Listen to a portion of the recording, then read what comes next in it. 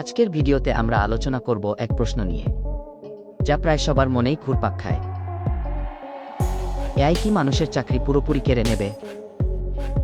বিশ্বে এআই এখন একেবারে নতুন উচ্চতায় পৌঁছেছে, কিন্তু এই প্রযুক্তির দ্রুত উন্নতি আমাদের জীবনে কি প্রভাব ফেলতে যাচ্ছে? বর্তমানে অনেক কাজ রয়েছে যা এআই খুব সহজে করতে পারছে, যেমন গাড়ি চালানো, autopilot, customer service, chatbot, data analysis, AI translation, যেখানে মানুষ অনেক সময় ভুল করতে পারে। এআই এখন এক্স-রে, এমআরআই, সিটি স্ক্যান বিশ্লেষণ করে সঠিক রোগ নির্ণয় করতে পারছে। এআই ভিত্তিক শিক্ষা প্ল্যাটফর্ম যেমন চ্যাটজিপিটি, খান একাডেমি, এআই টিউটর শিক্ষার্থীদের দ্রুত এবং নির্ভুল তথ্য সরবরাহ করছে।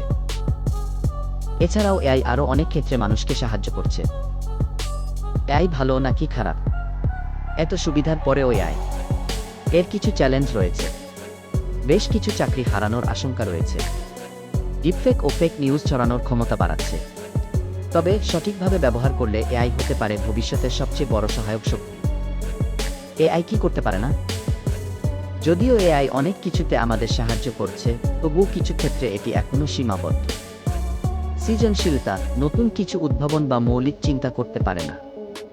আবেগ ও অনুভূতি, মানবিক অনুভূতি, ভালোবাসা বা সহানুভূতি বুঝতে পারে না, ইত্যাদি। এআই আমাদের বন্ধু নাকি প্রতিদ্বন্দ্বী?